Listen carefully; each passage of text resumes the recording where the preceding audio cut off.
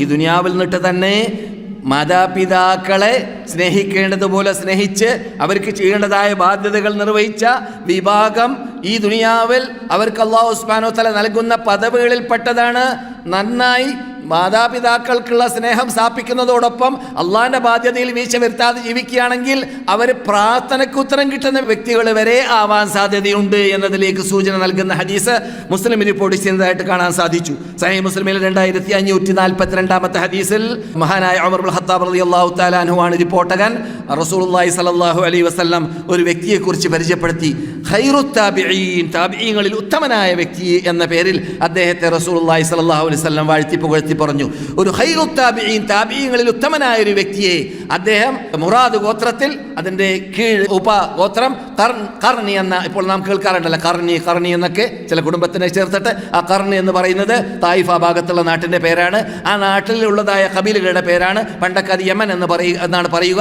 ആ യമൻ ഭാഗത്തിൽ നിന്നിട്ട് റസൂലുള്ളാഹി സ്വല്ലല്ലാഹു അലൈഹി വസല്ലം ഉമറോട് പറഞ്ഞു, താബീങ്ങളുടെ സയ്യിദായിട്ട് ഇവിടെ വൈസുൽ ഖർനി എന്ന പേരിലുള്ളതായ ഒരു വ്യക്തിയെ നിങ്ങൾ കണ്ടു കഴിഞ്ഞാൽ അദ്ദേഹത്തിനോട് നിങ്ങൾ അള്ളാഹുവിനോട് എനിക്ക് വേണ്ടി നിങ്ങൾ പൊറുക്കലിനെ ചോദിക്കണമെന്ന് ആവശ്യപ്പെടുക.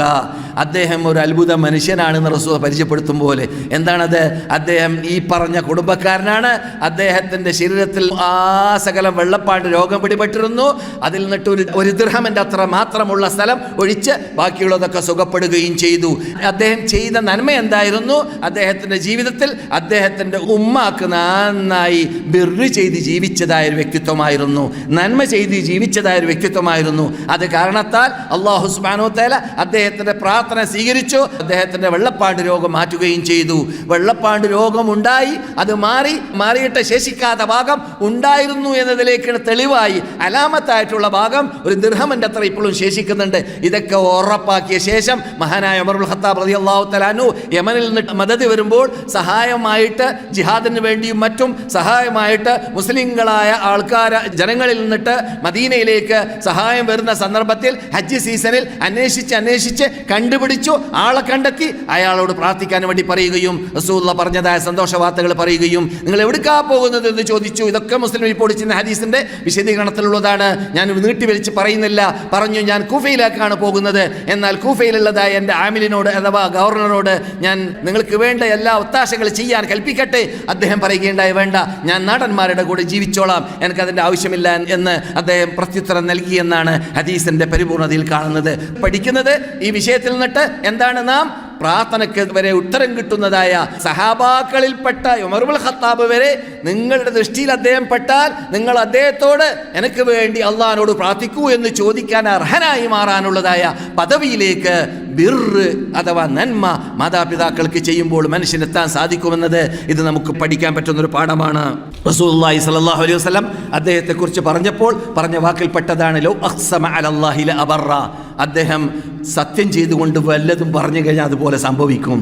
സത്യം ചെയ്തുകൊണ്ട് വല്ലാഹി ഇന്നത് ഇവിടെ സംഭവിക്കും, അല്ലെങ്കിൽ ഇന്ന രൂപത്തിലുള്ള ആളാണ് എന്ന് അദ്ദേഹം പറഞ്ഞു കഴിഞ്ഞാൽ അത് അങ്ങനെ തന്നെ അല്ലാഹു സുബ്ഹാനഹു വ തആല സബൂരീകരിച്ചു കൊടുക്കും. അത്രയും പ്രാർത്ഥനയ്ക്ക് ഉത്തരം കിട്ടുന്ന കഴിവുള്ള വ്യക്തിയായി മാറി. എന്ത് കാരണത്താൽ?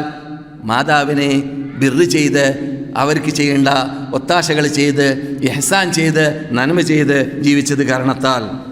അതുപോലെ തന്നെ ആയിഷ റളിയല്ലാഹു തആല റിപ്പോർട്ട് ചെയ്യുന്നതായ ബിർറിൽ കൂടി ലഭിക്കുന്ന അത്ഭുതങ്ങളിൽപ്പെട്ടതാണ് റസൂലുള്ളാഹി സ്വല്ലല്ലാഹു അലൈഹി വസല്ലം പറയുന്നു, ഞാൻ സ്വർഗത്തിൽ പ്രവേശിച്ചു, കിനാവിലായിരിക്കാം. സ്വർഗത്തിൽ പ്രവേശിച്ചപ്പോൾ ഖിറാഅത്ത്, നല്ല സുന്ദരമായ ഖുർആൻ പാരായണം കേട്ടു. ചോദിച്ചു, എവിടുന്ന്, എന്താണത്, ആരാണത്? പറയപ്പെട്ടു, അത് ഹാരിസത്ത് ഇബ്നു നുഅ്മാൻ റളിയല്ലാഹു തആല അൻഹുവിൻ്റെ ശബ്ദമാണ്. ഹാരിസത്ത് ഇബ്നു നുഅ്മാൻ സ്വർഗത്തിനകത്തേക്ക് എത്തി. അവിടെ സുന്ദരമായ ആസ്വാദ്യകരമായ ജീവിതം ജീവിക്കുന്ന ശൈലി റസൂലുള്ളാഹി സ്വല്ലല്ലാഹു അലൈഹി വസല്ലം കിനാവിൽ കൂടി കാണുകയാണ്. മനസ്സിലായില്ലേ? റസൂലുള്ളാഹി സ്വല്ലല്ലാഹു അലൈഹി വസല്ലം നമുക്ക് പഠിപ്പിക്കുന്നു, കദാലികുമുൽ ബിർ, കദാലികുമുൽ ബിർ. അങ്ങനെയാണ് മനുഷ്യന് മാതാപിതാക്കൾക്ക് നന്മ ചെയ്യലിലൂടെ എത്താൻ സാധിക്കുക. അപ്പോൾ നന്മ ചെയ്തത് കാരണത്താൽ അദ്ദേഹം സ്വർഗത്തിൽ ഖുർആൻ പാരായണം ചെയ്യുന്ന ശബ്ദം കേട്ടു, ഹാരിസത്ത് ഇബ്നു നുഅ്മാനെ കുറിച്ച് എന്ന് നബിയുനാ മുഹമ്മദ് റസൂലുള്ളാഹി സല്ലല്ലാഹു അലൈഹി വസല്ലം നമ്മെ പഠിപ്പിക്കുന്നു. ഹദീസ് സഹീഹാണ്, ഇസ്നാദുഹു സഹീഹ് എന്ന് ബഗവി റഹ്മത്തുള്ളാഹി അലൈഹിയുടെ ശർഹ് സുന്നയിൽ 3-ാം വാള്യത്തിൽ ഉദ്ധരിക്കുന്നതായിട്ട് കണ്ടു.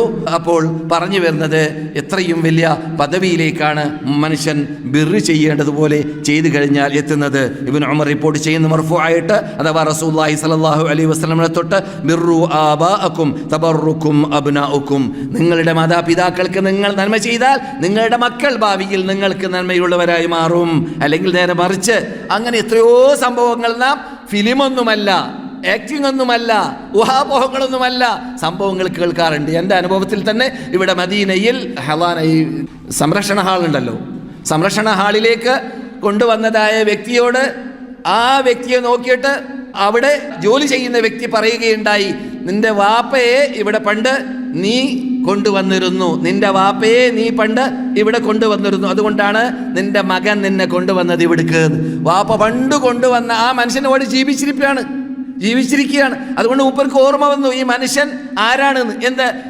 ഇവന്റെ വാപ്പയെ വീട്ടിൽ സംരക്ഷിക്കാൻ, വാപ്പയ്ക്ക് വേണ്ടതായ ഒത്താശകൾ ചെയ്യാൻ തയ്യാറില്ലാത്തത് കൊണ്ട് സംരക്ഷണ ഹാളിലേക്ക് കൊണ്ടുപോയി വലിച്ചെറിഞ്ഞതാണ് ഈ മനുഷ്യൻ.